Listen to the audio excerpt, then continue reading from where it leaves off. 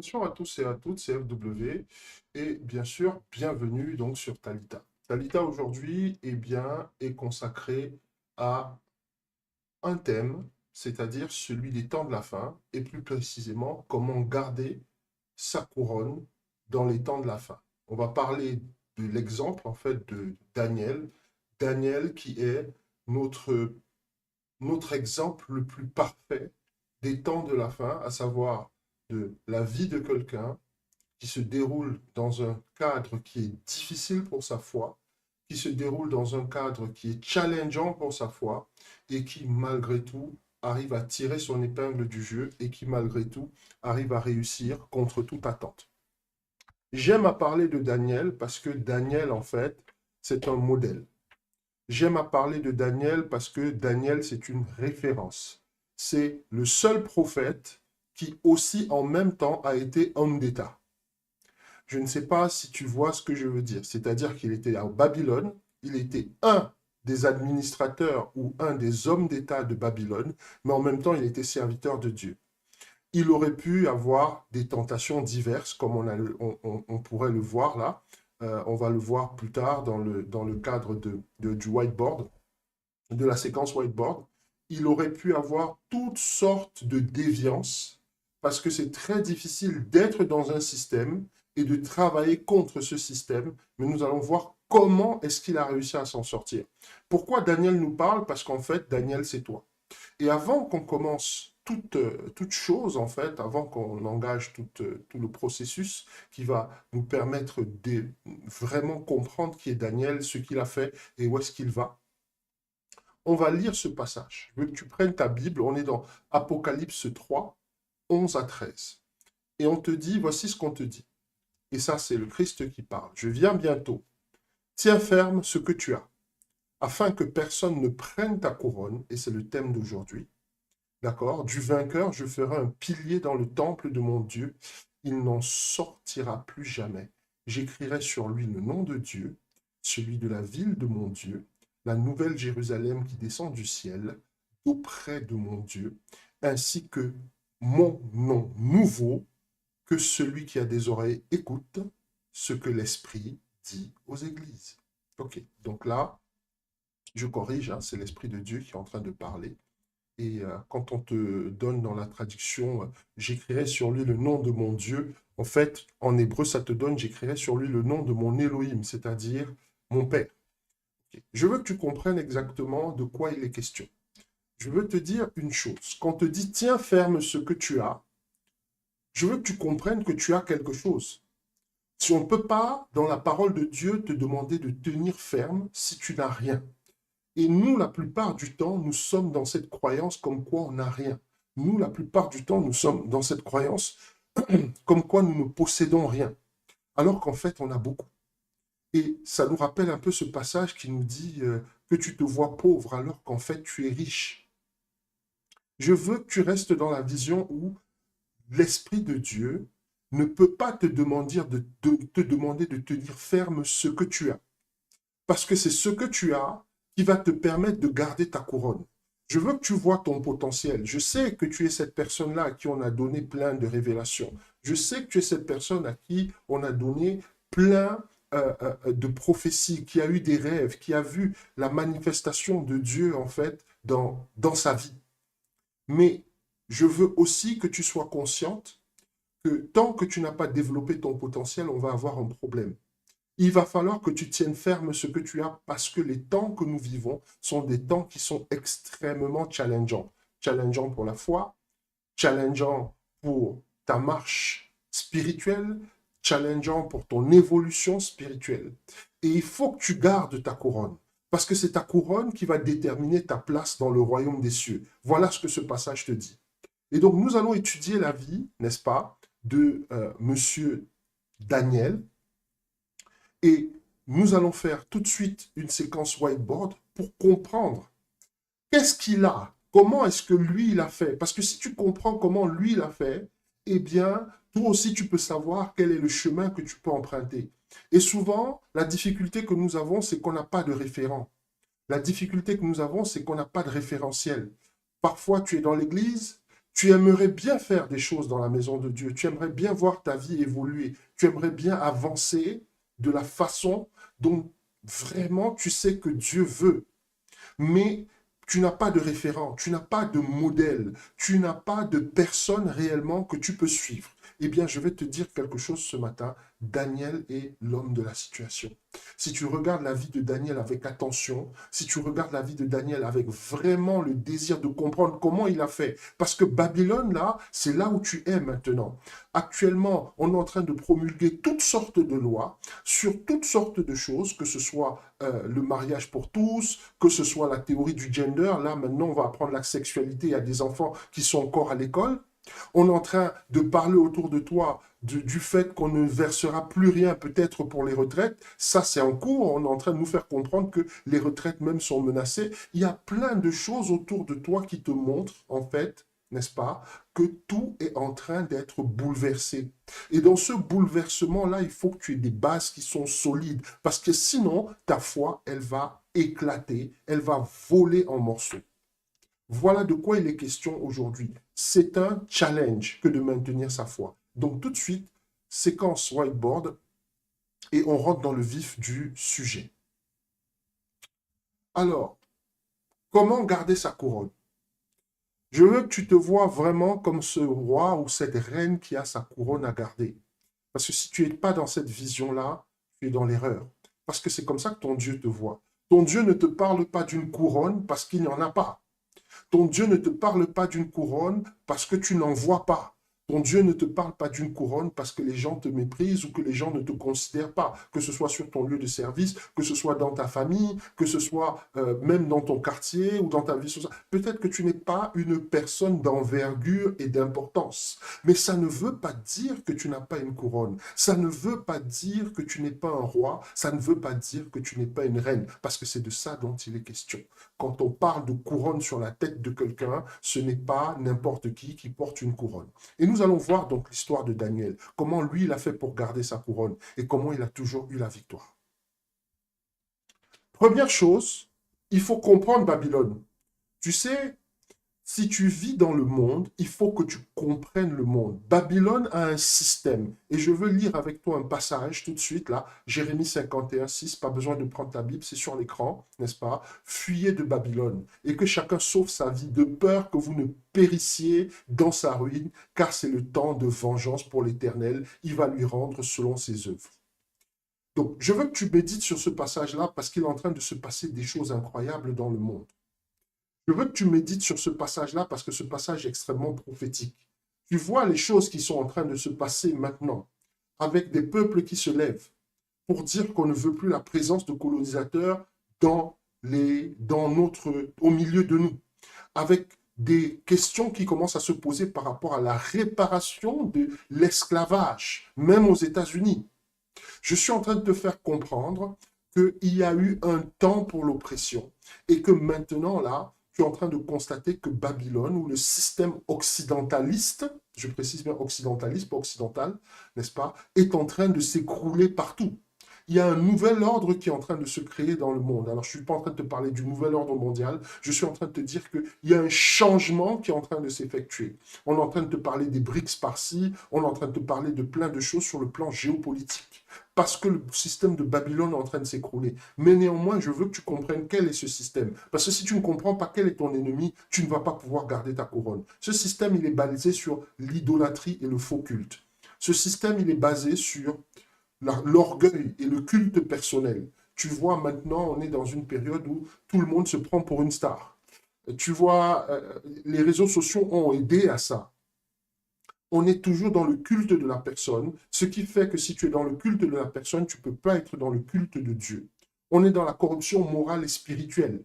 Quand je te parle de corruption morale, tu vois autour de toi la moralité commence en train de baisser.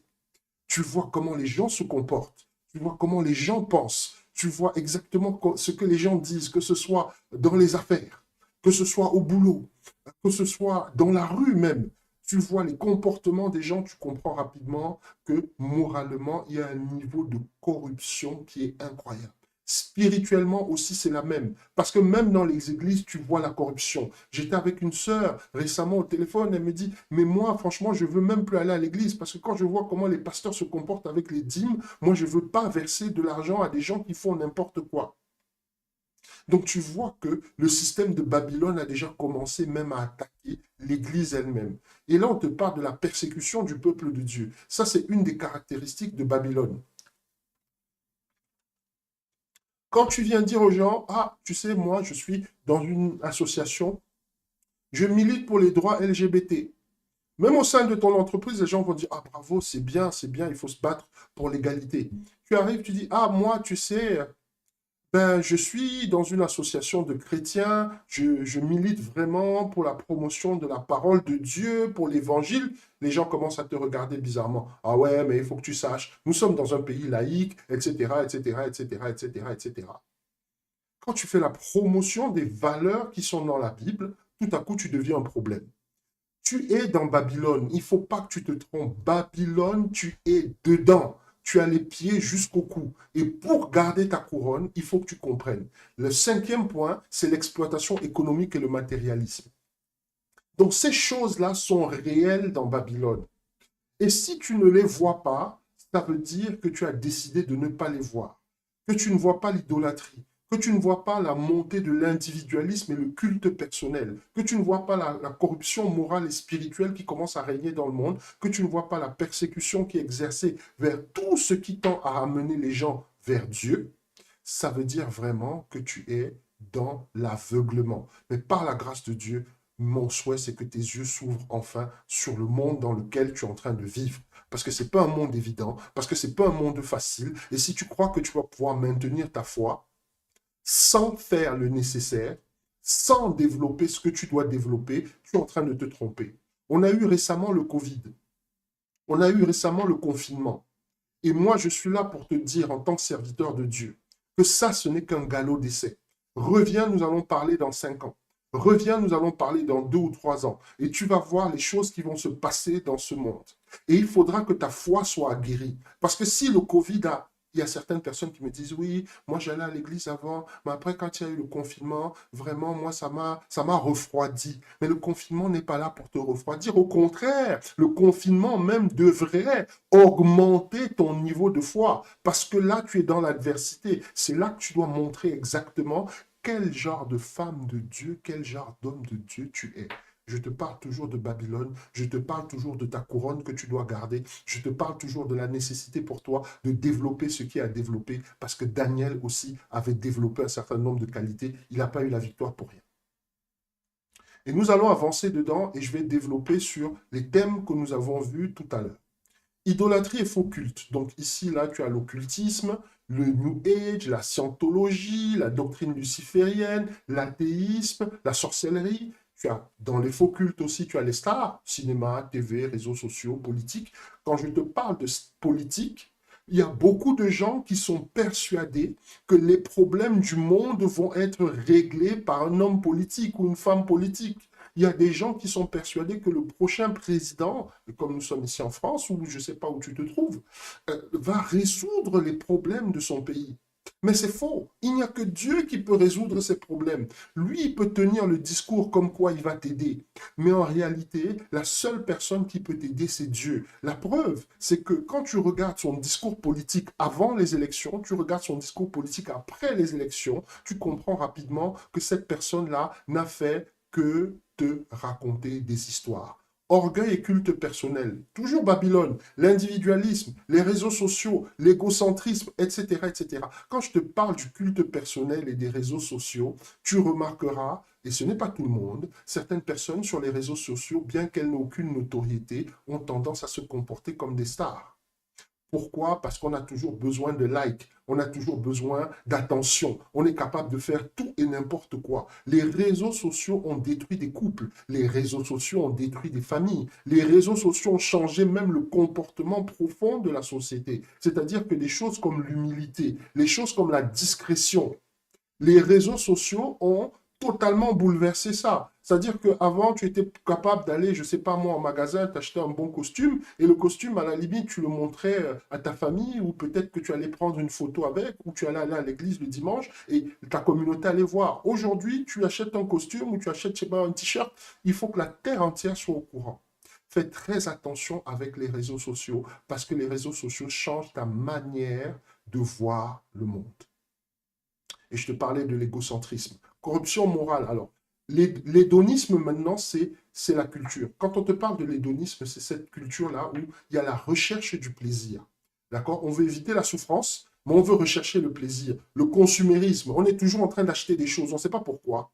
Le matérialisme, on a placé l'argent au-dessus de tout. Le libéralisme sexuel, le racisme, le libertinage et l'occidentalisme. On reviendra sur le thème de l'occidentalisme, mais pas dans le cadre de ceci, dans le cadre de notre podcast qui s'appelle Deux poids, deux mesures. Et je vais t'expliquer que l'occidentalisme est la religion de l'Occident. Si tu veux savoir quelle est la religion de l'Occident, connecte-toi sur les prochains épisodes de Deux poids, deux mesures, notre podcast.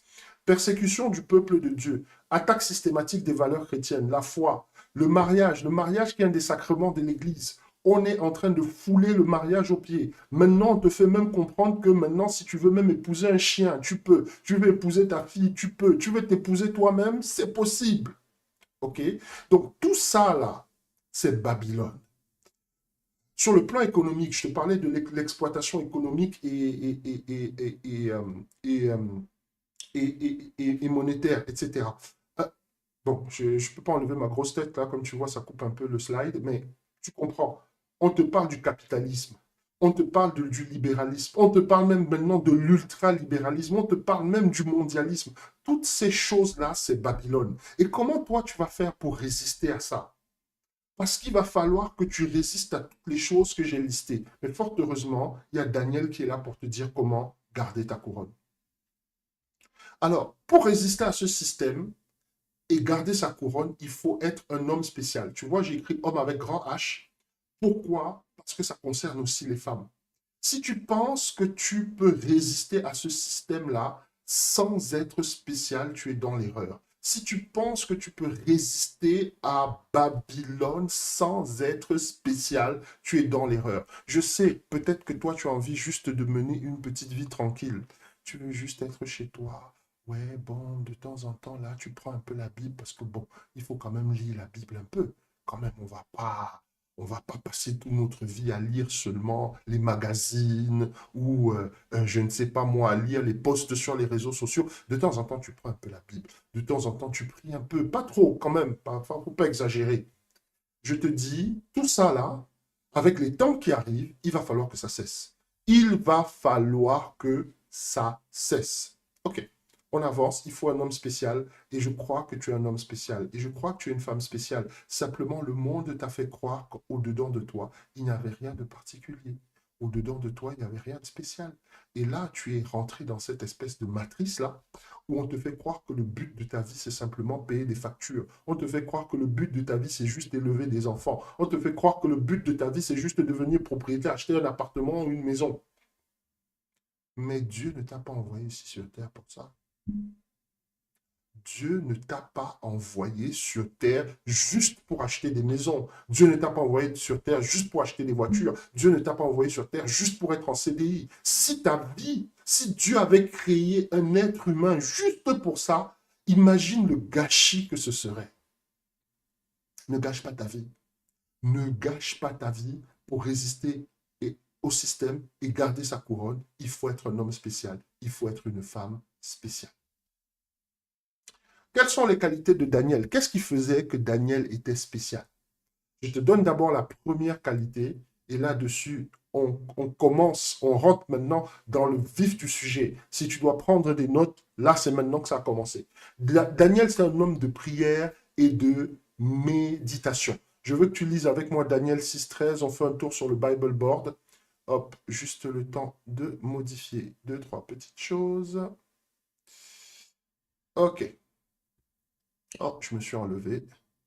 C'est ça que je voulais enlever. Parfait. Donc, tu vois ici Daniel 6.13. Ils prirent de nouveau la parole et dirent au roi. Daniel, l'un des captifs de Juda, n'a tenu aucun compte de toi, ô roi, ni de la défense que tu as écrite. Je te donne le contexte. Le roi de Babylone avait demandé à ce que personne ne prie quelque dieu autre que lui. Parce que le roi à Babylone était un dieu. Cette thématique-là, on va la voir un peu plus tard. Donc, il avait exigé que tout le monde ne prie que lui, en fait. Que tout le monde n'adore que lui. Que tout le monde ne se prosterne que devant lui. Mais voilà que Daniel, on te dit, il fait sa prière 3 fois le jour. Et le roi fut très affligé quand il entendit cela. Il prit à cœur de délivrer Daniel jusqu'au coucher de le soleil et s'efforça de le sauver. Tu comprends qu'il aimait Daniel et que malgré qu'il ait donné cet ordre-là, il y avait quelque chose qui ne lui allait pas dedans parce que Daniel était quand même quelqu'un pour qui il avait de l'affection. Mais je veux que tu retiennes l'affaire de prière 3 fois le jour. Combien de fois tu pries? Daniel, lui, s'était engagé dans la prière, il en faisait une pratique quotidienne. Il priait 3 fois par jour. Même lorsque c'était illégal, il démontrait en fait qu'il dépendait de Dieu pour la sagesse, pour la force et pour la protection. La prière était le moyen de rester connecté à Dieu et de chercher des conseils et de puiser sa force spirituelle dans les défis. Moi, je vais te poser une question aujourd'hui. Les gens sont investis dans la magie. Les gens sont investis dans la sorcellerie. C'est sur ça qu'ils comptent. D'autres ont des comptes en banque bien remplis. Et c'est sur ces comptes en banque qu'ils se disent, ah, j'ai un compte en banque bien rempli, c'est sur ça que je vais compter. D'autres, par contre, ont des relations, ou encore d'autres sont des héritiers, ils sont nés dans de grandes familles, ils comptent sur le fait. Mais toi, tu comptes sur quoi exactement pour ne pas être dans la prière, dans la méditation? Sur quoi tu t'appuies? Sur quoi est-ce que tu t'appuies? Je veux te poser cette question en ce Shabbat aujourd'hui, que ça t'amène à réfléchir, que ça t'amène à changer la façon dont tu vois ta vie.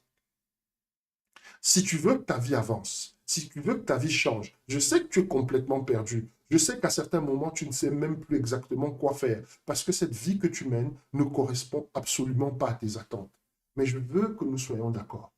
Je veux que nous soyons bien d'accord. D'accord sur un fait.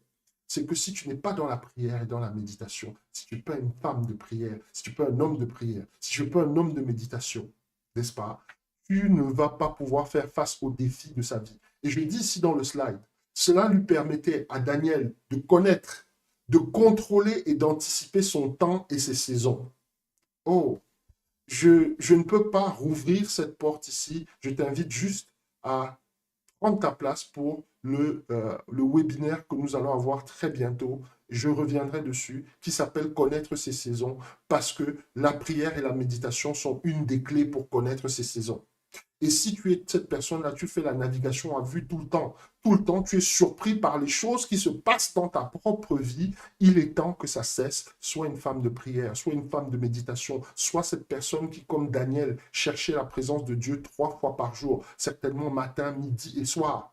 Ne sois pas cette personne qui dit une prière très rapidement avant de mettre la couette sur la tête et dormir. Sois quelqu'un qui a compris que la prière est un moyen d'anticiper ce que l'ennemi va faire contre lui. Ne sois pas cette personne qui est là. On ne sait même pas trop pourquoi elle est dans la maison de Dieu, parce qu'elle est motivée en rien, parce qu'elle n'a envie de rien, parce qu'elle... Vraiment, mais à un moment donné, regarde ta vie et pose-toi les bonnes questions. Est-ce que je suis vraiment dans la prière? Est-ce que je suis vraiment dans la méditation? Parce que c'est la clé pour contrôler ton temps, pour contrôler tes saisons, pour anticiper ce qui va se passer dans ta vie. Ok. C'est un homme qui possède et qui recherche la faveur divine. Ok. Donc là, fais très attention, on va lire un passage. Ok. Et tu vas voir ce que Dieu pense exactement de Daniel. Ok. On fait un tour sur le Bible Board. Et nous sommes dans Ézéchiel 14 au verset 12. Ézéchiel 14, verset 12, prends ta Bible. Nous lisons la parole de Dieu dans Ézéchiel 14 au verset 12.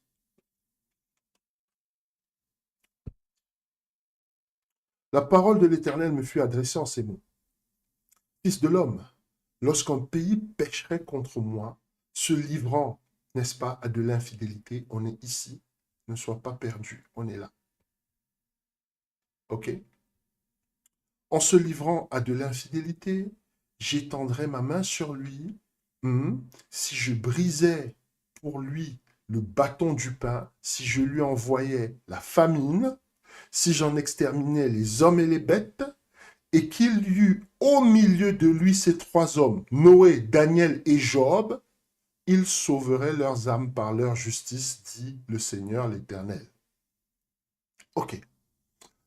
Si je faisais parcourir le pays par des bêtes féroces qui le dépeupleraient, et s'il devenait désert où personne ne passerait à cause de ces bêtes, et qu'il y eut au milieu de lui ces trois hommes, je suis vivant, dit le Seigneur l'Éternel, ils ne sauveraient ni fils ni fille, eux seuls seraient sauvés et le pays deviendrait un désert.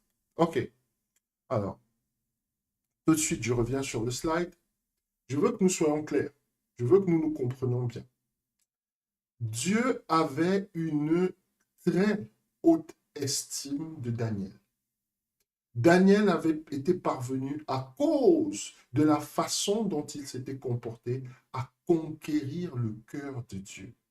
Il avait acquis la faveur de Dieu, à telle enseigne que Dieu est en train de dire que même si c'est l'Apocalypse, même si je dois raser la terre entière, si Noé, si Daniel, n'est-ce pas, ou Job, ils sont là, il n'y aura que comme survivants. Même s'il y a un tsunami, on te dira qu'au milieu de ce tsunami-là, il y a Noé, Job et Daniel. De quoi est-ce que nous sommes en train de parler? Nous sommes en train de parler de personnes qui, à cause de leur comportement, de personnes qui, parce qu'ils ont marqué la différence, de personnes qui, à cause de leur attitude, de personnes qui, à cause de leur manière d'être, leur façon de se comporter dans la maison de Dieu, sont parvenus à non seulement posséder, mais à rechercher la faveur divine. Nous, on est toujours préoccupés à rechercher toutes sortes de choses. On recherche l'argent. D'autres sont là, ils sont l'onction.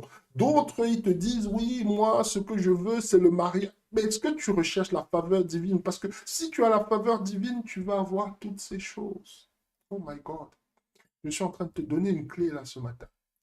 Je dis, certains sont là, oui, je veux juste l'emploi. Il y a d'autres, ils ont des problèmes, ils n'arrivent pas à faire leurs papiers, etc. Je veux mes papiers. Ou d'autres, je ne sais pas, d'autres veulent voyager, d'autres veulent changer de vie. Je veux quitter cet emploi. J'en ai assez de ce patron qui est là, il m'oppresse, ça ne va pas.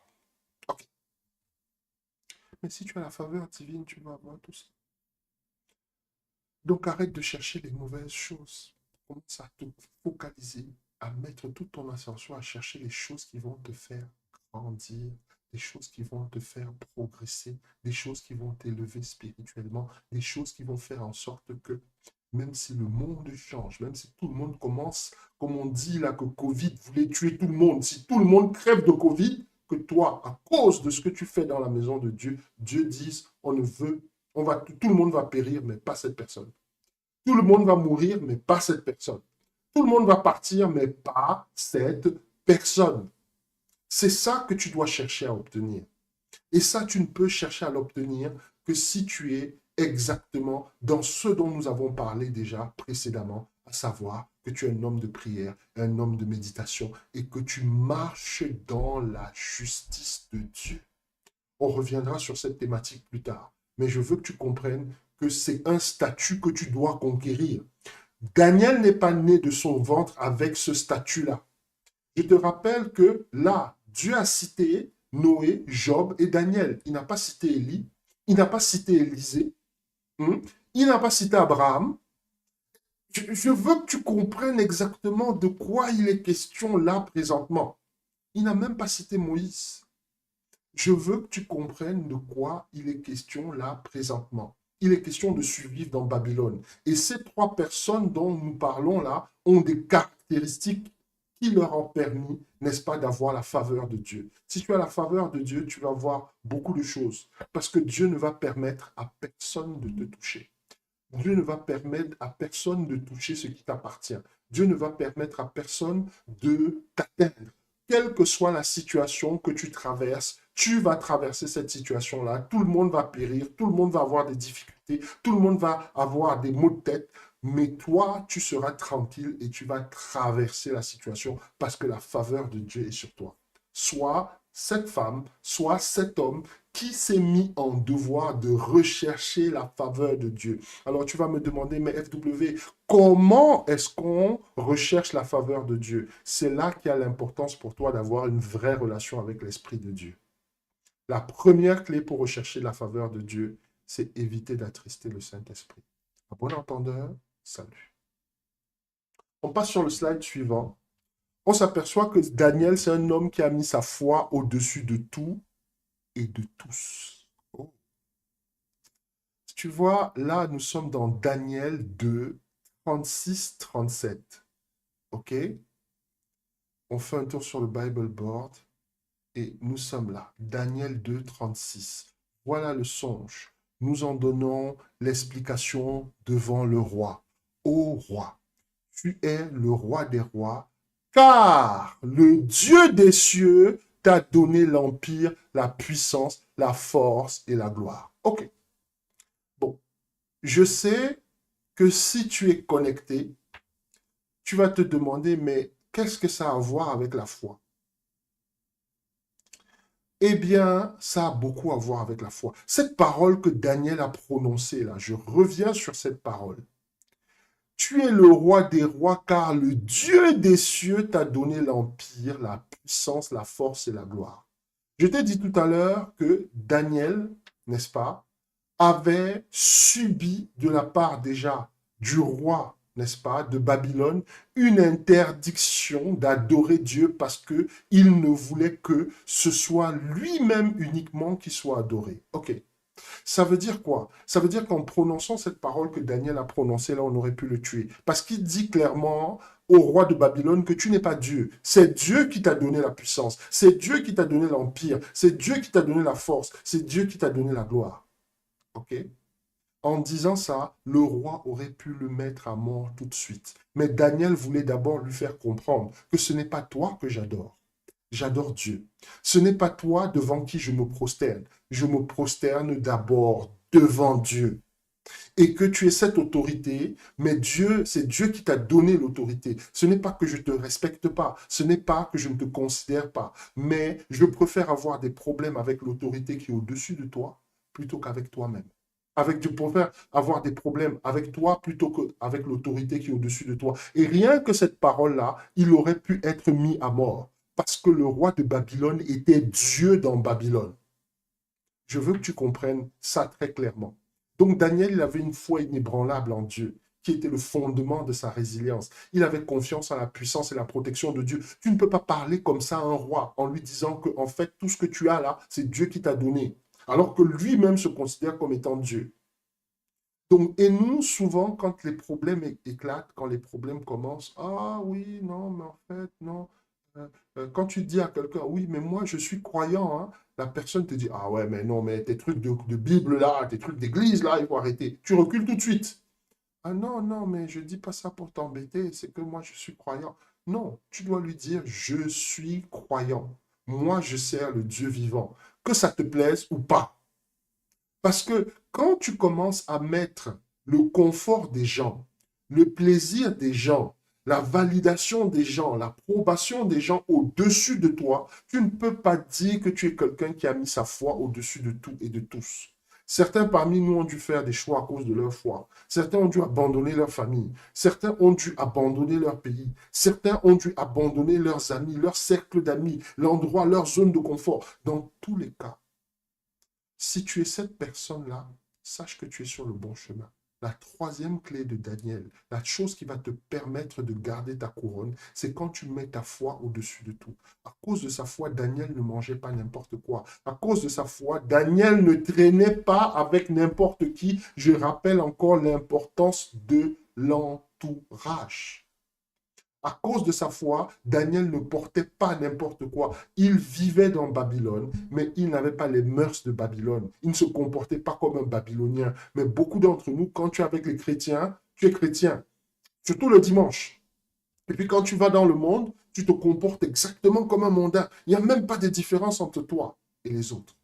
Il ne faut pas qu'il en soit ainsi. Alors, est-ce que je suis en train de te dire de marcher avec le voile sous la tête tous les jours? Est-ce que je suis en train de te dire, comme nos pères faisaient, ils allaient à l'église le dimanche en portant des costumes tout blancs, chemise blanche, costume blanc, chapeau blanc sur la tête, etc. C'est pas de ça dont il est question. Je suis en train de te parler de tes valeurs. Quand tu marches avec des gens qui n'ont pas tes valeurs, sache qu'à un moment donné, leurs valeurs vont corrompre les tiennes.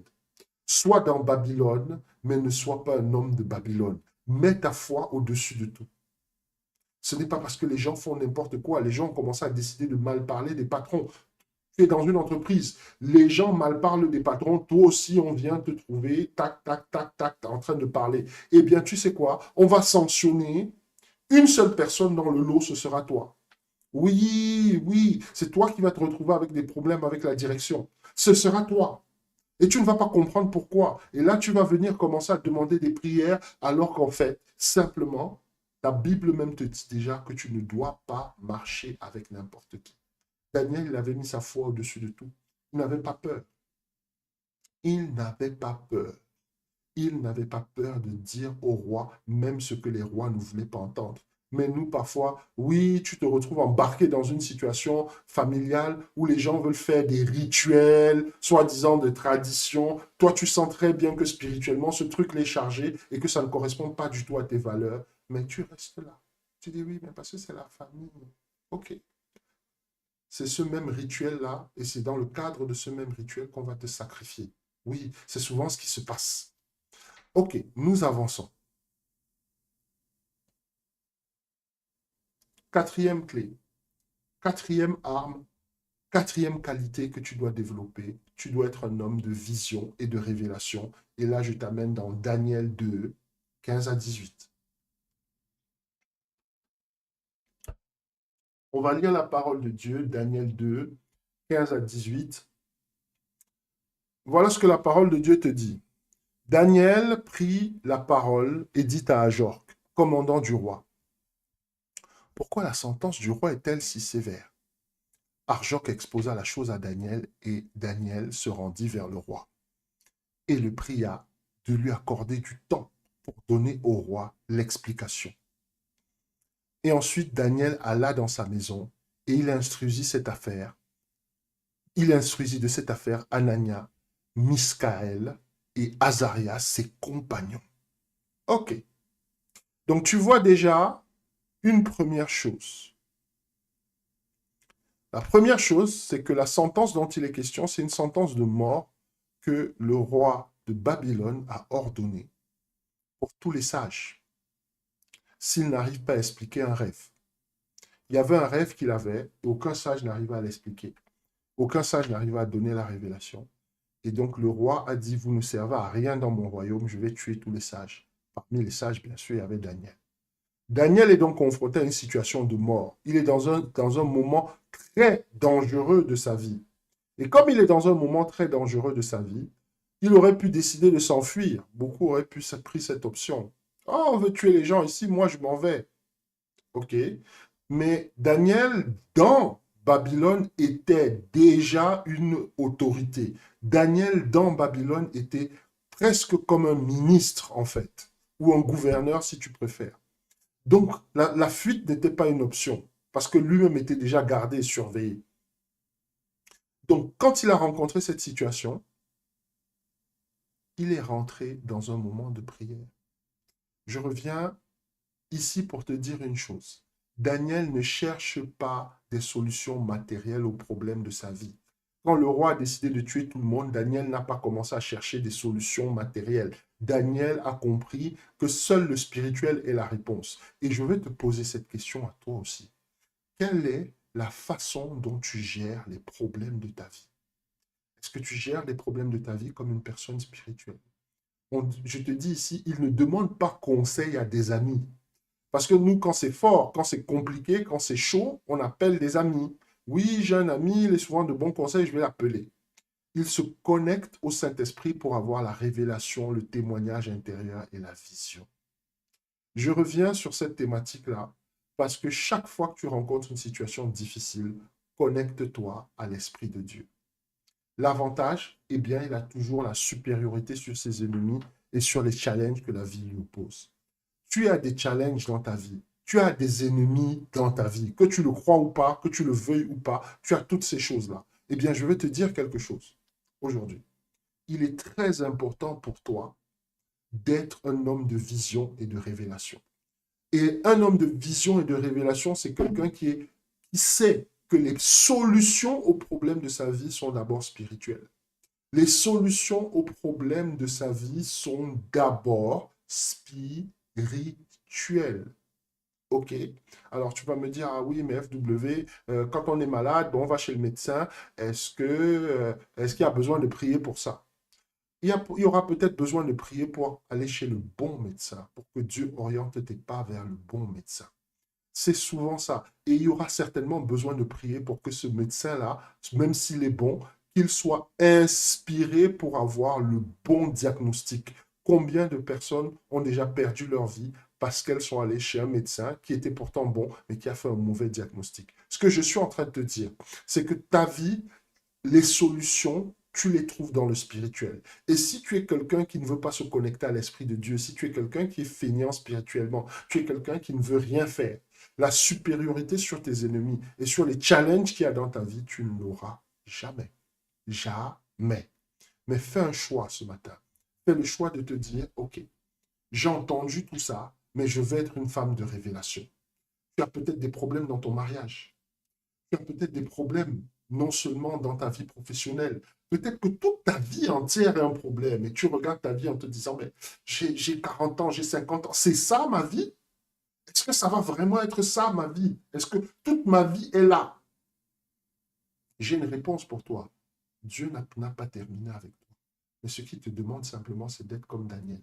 De ne pas laisser Babylone te persuader qu'il n'y a pas d'autre solution. De ne pas laisser Babylone te persuader que tu ne vas jamais t'en sortir. De ne pas laisser Babylone te persuader que tu n'as pas d'autre solution que d'être ce que Babylone attend de toi.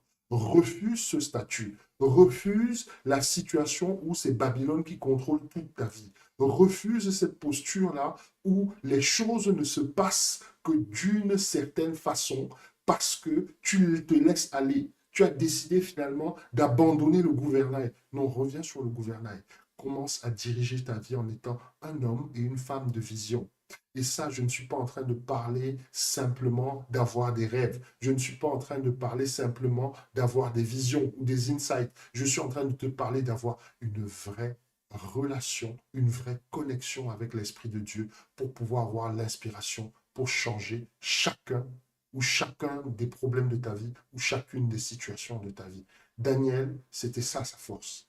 C'était pas parce qu'il était trop intelligent. C'était pas parce qu'il avait des gros diplômes. C'était pas parce qu'il avait les meilleurs amis du monde. Et tu vas voir, ses amis aussi les met en prière. Hein. Est-ce que toi, tu vois, je reviens sur le Bible board et puis tu vas voir. Nous sommes ici, au verset 17. On est là. Verset 17. Hop. Je vais essayer de highlight un peu et puis tu vas voir. Hop, là, c'est bon. On te dit ensuite, Daniel alla dans sa maison et il instruisit de cette affaire Anania, Michaël et Azaria, ses compagnons. Donc Daniel, en fait, son entourage, c'était que des hommes de prière.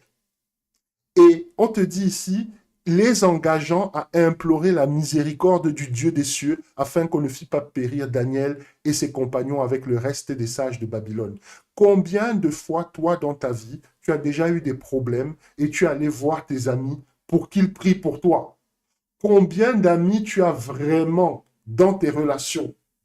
Combien de compagnons tu as vraiment dans tes relations qui sont capables, tu es capable d'aller les voir, tu dis, ouais, c'est fort au boulot, on a envie de virer tout le monde, n'est-ce pas? On a envie de virer tout le monde. Je ne peux pas me permettre de perdre mon emploi aujourd'hui. Il faut absolument que tu te mettes en jeûne pour moi. Il faut absolument que tu pries pour moi. Il faut absolument que tu portes le sac et la cendre pour moi. Ça, c'est un vrai ami. Ça, c'est une vraie amie. Ce n'est pas la copine avec qui tu vas discuter, faire les potins pendant des heures et des heures et des heures au téléphone. Vous ne savez même plus à la fin ce que vous vous êtes rencontré ou ce que vous ne vous êtes pas raconté. Ce n'est pas l'ami avec qui tu vas t'asseoir à la terrasse d'un café et vous allez refaire le monde à longueur de journée ou à la terrasse d'un bar ou avec qui tu vas jouer au basket. Non, un vrai ami, c'est quelqu'un qui va porter ton maillot spirituellement.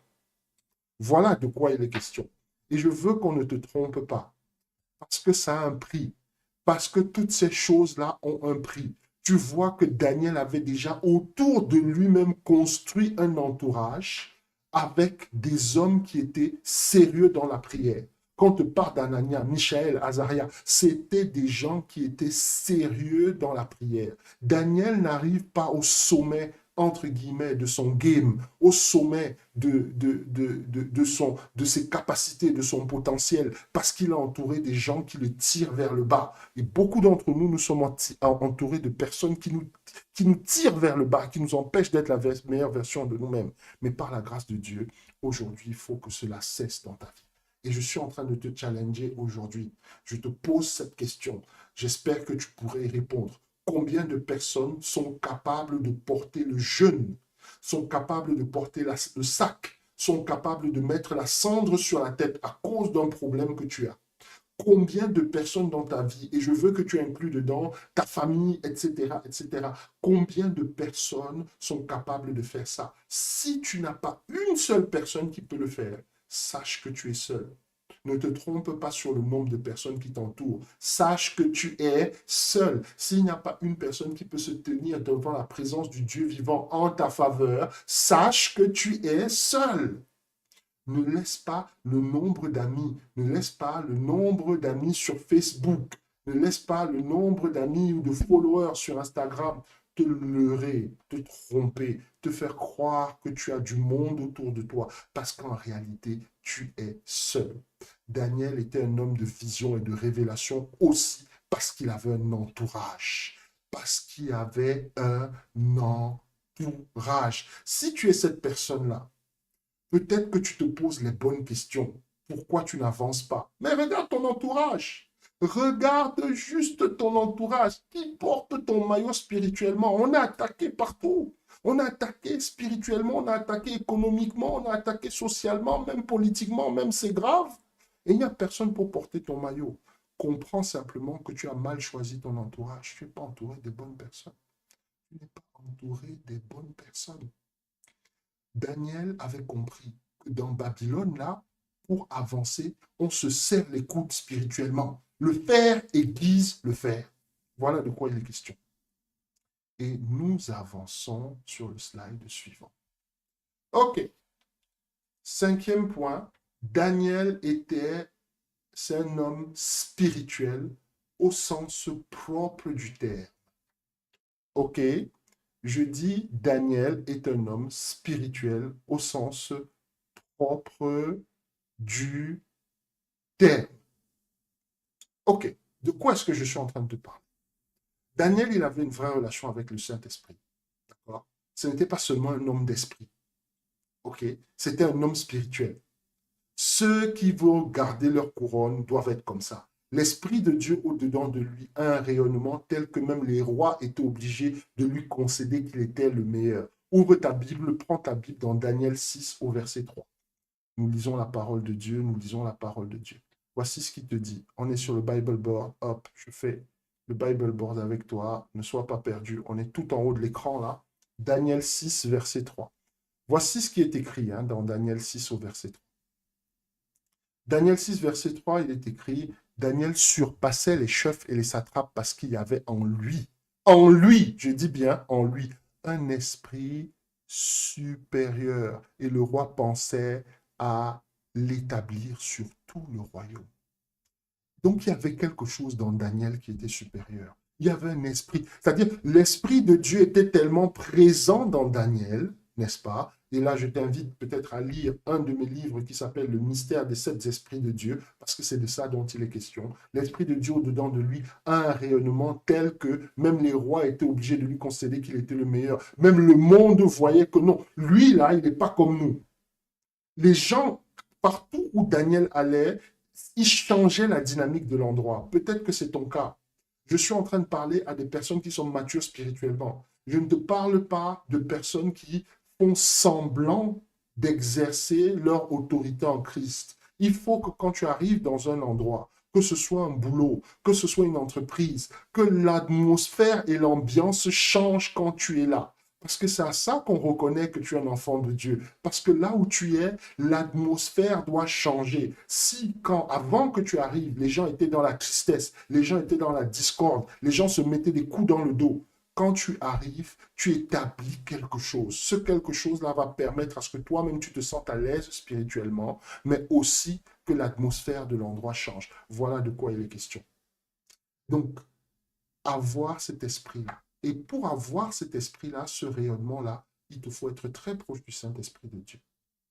D'accord. Alors, j'ai Sandra dans le chat qui dit, je n'ai pas beaucoup d'intercesseurs dans mon entourage. Shalom à toi aussi, shalom à toi, Sandra. Effectivement, il te faut avoir, Sandra, des intercesseurs dans ton entourage, des personnes qui peuvent porter ton maillot spirituellement parce que les temps sont durs. Et si tu ne les as pas, il va falloir repenser ton entourage. Il va falloir repenser la façon dont tu choisis tes amis. Parce que spirituellement, si tu n'as personne, ça veut dire qu'en réalité, tu es toute seule. Et ma prière, c'est pour toi que tu puisses trouver vraiment des personnes qui vont t'aider spirituellement dans ta marche en Christ et dans ta progression. Mais nous parlons d'être un homme spirituel au sens propre du terme. Il va falloir que les qualités, les dons spirituels que l'Esprit a mis au-dedans de toi, que ça commence à rayonner à tel point que le monde entier va reconnaître que tu es différent. Voilà comment tu vas avoir ta victoire sur Babylone. Et nous avançons sur le slide suivant. OK. C'est un homme intègre et honnête. Voilà où les problèmes commencent. Daniel 6, alors, c'est plus 6,4.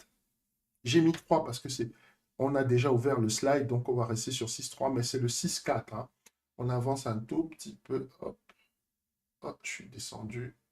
Non, il faut avancer. Daniel 6,4. Alors, on te dit ici, le chef et les satrapes cherchent une occasion d'accuser Daniel. Je vais highlight pour toi parce que parfois sur l'écran, certains me disent c'est compliqué pour eux de voir. OK.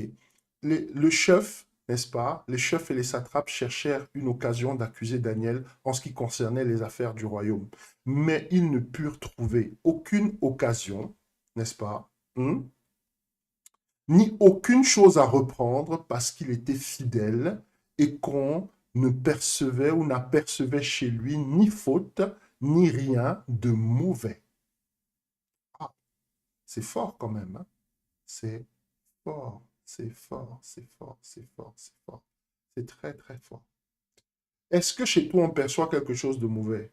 Est-ce que quand tu accuses de quelque chose, on arrive à trouver des preuves? Voilà la question qui se pose. Parce que des accusations, tu vas en avoir.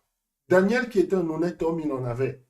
Mais il faut qu'on puisse t'accuser de tout, mais ne pouvoir te condamner de rien. Il faut qu'on puisse dire, même de Christ, les gens disent, ah, mais c'est un sorcier, il chasse les démons par Belzébuth, etc. Mais ils n'ont jamais pu prouver quoi que ce soit. Est-ce qu'on t'accuse de tout et on ne prouve rien? Est-ce que tu es quelqu'un d'intègre et d'honnête? Daniel occupait une position de pouvoir à Babylone. Et je veux que tu vois Babylone un peu aujourd'hui comme les États-Unis. D'ailleurs, les États-Unis sont une représentation très fidèle de Babylone. OK. Sandra sur le chat qui dit Amen, Amen. Merci, homme de Dieu. Merci à toi, Sandra, pour ta fidélité. Merci à toi d'être avec nous aujourd'hui. Mais je veux que tu vois un peu l'histoire de notre ami Daniel. Il avait une position de pouvoir à Babylone, donc il était livré à toutes sortes de tentations, que ce soit l'orgueil, que ce soit le sexe, que ce soit l'argent. Mais son intégrité et son honnêteté ont toujours prévalu. Il n'a jamais cédé à la tentation. Il a toujours marché dans l'humilité, la piété et la sanctification. Il ne s'est jamais conformé au monde, donc le monde n'a jamais eu de prise sur lui. Et l'autre problème souvent, quand on essaye de se conformer au monde, on essaye de faire un peu comme tout le monde, on tombe dans les mêmes pièges que le monde. L'avantage de ce comportement-là, c'est qu'il n'a jamais eu qu'un seul maître. Donc les problèmes de loyauté et de fidélité ne se sont jamais posés. Et on te dit ici dans le passage, je retourne sur le Bible Board, on te dit ici dans le passage, je veux que tu lises avec moi, n'est-ce pas, que ils ne purent trouver aucune occasion ni aucune chose à reprendre parce qu'ils étaient fidèles. Ok, on revient sur la fidélité. Fidélité, c'est le caractère de quelque chose qui ne change pas, quelles que soient les circonstances, n'est-ce pas? Et qu'on n'apercevait chez lui ni faute ni rien de mauvais. Fais très attention, Babylone est après toi. Hein. Quand Babylone va se rendre compte que tu ne veux pas faire comme tout le monde, tu vas voir ça beaucoup si tu es en entreprise. Tu es cette personne qui ne veut pas trop mal parler. Tu es cette personne qui ne veut pas faire de coups bas. Tu es cette personne qui ne veut calomnier personne. Tu es cette personne qui veut être dans ton coin, etc., etc.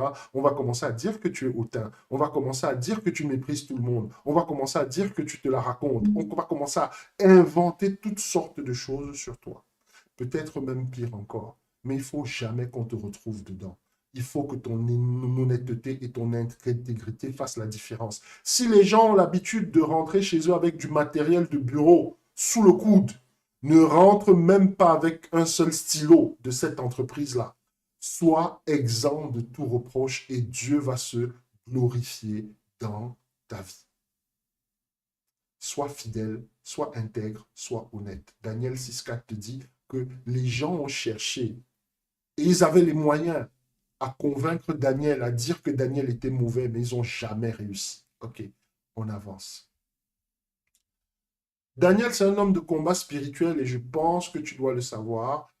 On te parle souvent du jeûne de Daniel et là, nous sommes dans Daniel 10 et c'est là-dessus que nous allons terminer d'ailleurs. Nous sommes dans Daniel 10 et nous lisons la parole de Dieu du verset 1 au verset 3. Daniel 10, sois avec moi. On va terminer là-dessus, n'est-ce pas? Et puis on va faire un petit récap comme on le fait souvent. Je veux que tu comprennes quelque chose. Daniel était dans le jeûne et dans l'intercession de façon régulière et assidue. Et je répète ici, et je l'ai souvent répété dans le cadre de mes multiples webinaires, séminaires, etc., et mes interventions, que ce soit dans les églises ou dans les communautés, je dis toujours, si tu veux atteindre un certain niveau avec Dieu, il va falloir au moins qu'il y ait un jour dans la semaine que tu consacres au jeûne. Il y a un jour dans la semaine que tu consacres à l'intercession. Intercession pour ta famille, intercession pour ton église, intercession pour ton pasteur, intercession même pour ton entreprise et pour ce pays dans lequel tu vis. Parce que si tu n'es pas cette personne-là, quand Babylone va commencer à tomber, tu vas aussi tomber avec elle spirituellement. Et là, je t'explique ici pourquoi.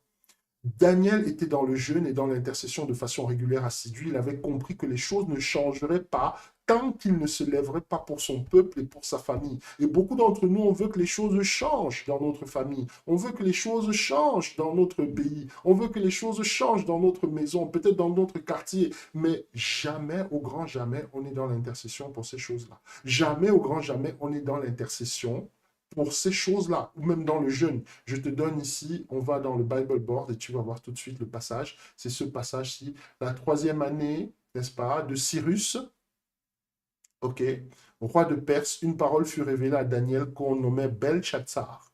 Ok, cette parole qui est véritable annonce une grande calamité. OK? Et on nous a déjà annoncé de grandes calamités ici. On nous a annoncé que l'économie allait chuter. On nous a annoncé plein de choses. Mais nous n'avons jamais pris la décision de nous lever. Actuellement, je vais te dire une vérité. Et j'espère que tu es dans la révélation. La question de la 3e guerre mondiale est en train de commencer à se poser actuellement dans le monde. La géopolitique du monde est en train de te dire que la 3e guerre mondiale est en train de se poser réellement en termes d'options dans le monde. Donc fais très, très, très, très attention. On te dit, annonce une grande calamité. Il fut attentif à cette parole et eut l'intelligence de la vision. En ce temps-là, moi, Daniel, je fus 3 semaines dans le deuil.